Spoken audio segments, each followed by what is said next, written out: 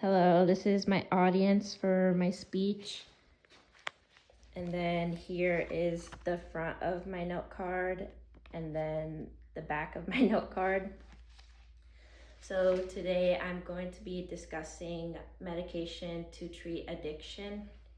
So imagine that you have a loved one who is suffering from addiction and you feel hopeless because you don't know how to get them the proper help that they need. And what a lot of people don't know is that we have medications that are specifically meant to aid people in recovery. And unfortunately, this is a reality that many families have to deal with. And sadly, a lot of people lose their lives due to overdoses every year. So today I'm here to persuade you that medicated assisted treatments should be more widely known and supported.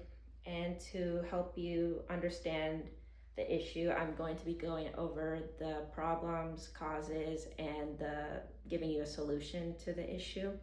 So let's jump into the problems. I'm going to be talking about two problems in particular. The first one is people suffering from addiction often don't receive the effective treatment that they need, and addiction causes continuous harm to the family and the involved community. So people that suffer from addiction often lack access to proper treatment, and according to the Associated Press, large amounts of people who struggle with opioid usage don't get the correct treatment that they need because it's hard to get access to it. And with people not getting access to it, there is a higher risk of relapse and overdosing. Another source is PBS, and they talk about how treatment reduces overdose related deaths, and for addiction causing harm for the family and community. People who are addicted to drugs often have caused problems with health, hardship, and emotional damage. And according to US Today, deaths and health problems have risen in communities. And everybody that's involved with an individual who is in active addiction gets affected, including the family and the community. It's not just the person that's using the drugs. So with all that being said, let's explore the causes. The two causes that I'm talking about are stigma and misunderstanding and limited treatment programs. So stigma and misunderstanding with the treatment, it leads to a lot of people not being able to receive the help they need because people think that involving another medication on top of somebody that's already using drugs is not going to be effective, even though it's been proven to help.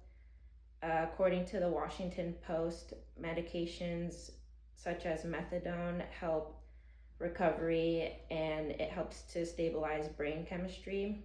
And people who are being judgmental and misunderstanding how the treatment works makes it harder for the people who need help to actually get the help that they need.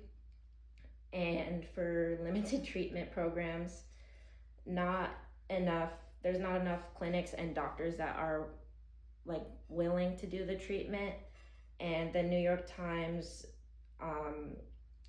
reported that there was often long wait lists and long distance that had to be traveled, which made it harder for people to get the treatment. And this difficult access makes it so that people often don't get the help that they need. And I'm going to provide you with a solution to this problem. One solution is to expand access to treatment programs doing this would make treatment more accessible, which would lead more people to getting the help. And another solution would be to educate the public, because once the public has a better understanding of how the treatment works, people will be less afraid to get the treatment and seek the help that they need. So hopefully next time that you think about addiction treatment, you remember that there already are effective medications that are proven to work and proven to help people in their recovery. And if we could all support each other and reduce stigma around addiction, we'd be able to help people in their recovery journey and make sure we have a healthier community. Thank you. Oops.